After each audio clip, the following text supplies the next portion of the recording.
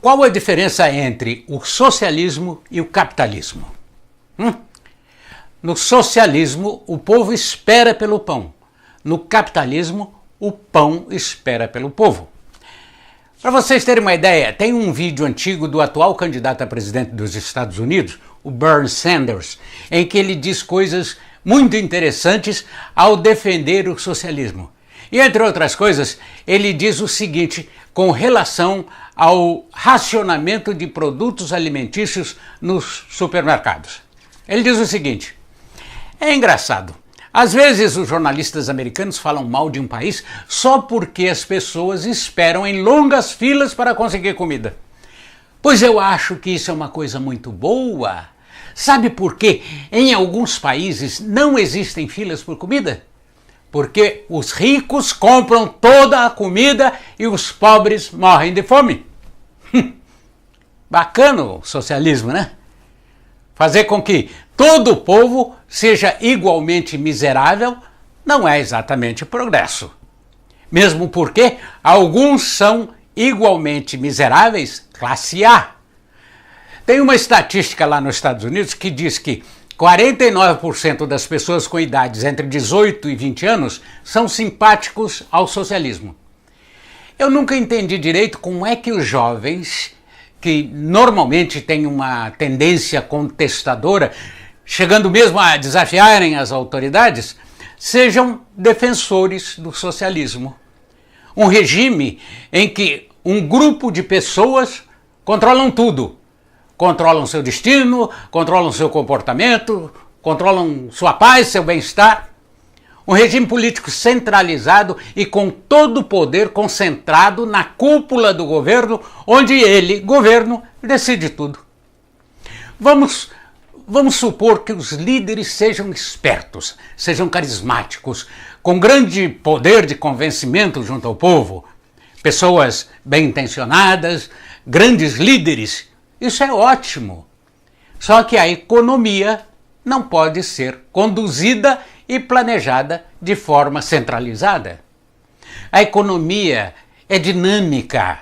Ela envia pistas e sinais que mostram a sua movimentação oscilante, ora para um lado, ora para o outro. Ela oscila dos consumidores para os produtores e, o mais importante, ela está sempre sujeita à lei da oferta e da procura. E políticos e burocratas não têm conhecimento suficiente para comandar esse dinamismo da economia. Portanto, dar o controle da economia a eles é algo assustador e um risco muito grande.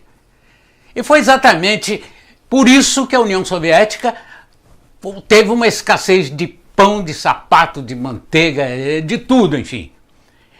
Os Estados Unidos, em 1989, recebeu a visita do presidente da Rússia, o Boris Yeltsin, e na sua visita ele foi a um supermercado e ele ficou boquiaberto, ficou atarantado ao ver tantas opções de produtos disponíveis no supermercado que ele fez o seguinte comentário: como é possível tantas opções? Eu estou realmente perplexo.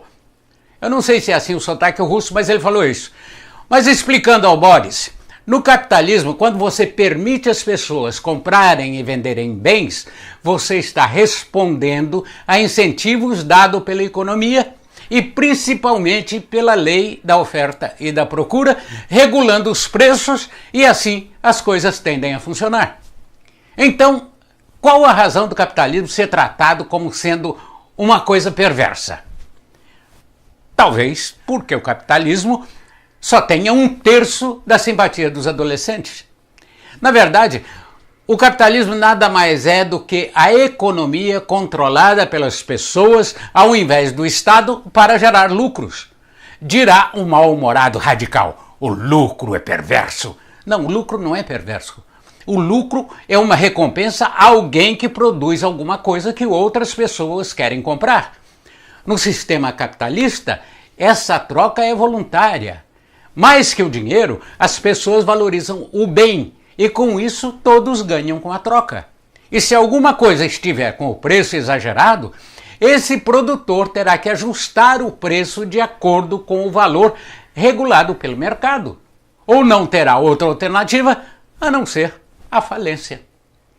Bom, muitas pessoas colocam a culpa da situação do sistema atual ao capitalismo, o que não deixa de ser decepcionante.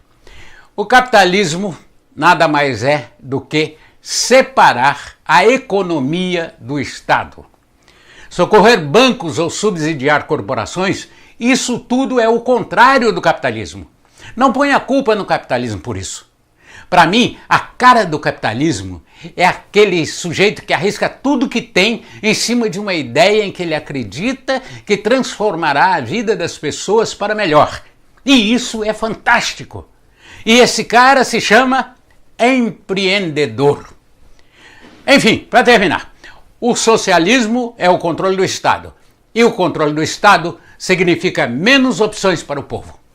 E isso eu acho que não é legal.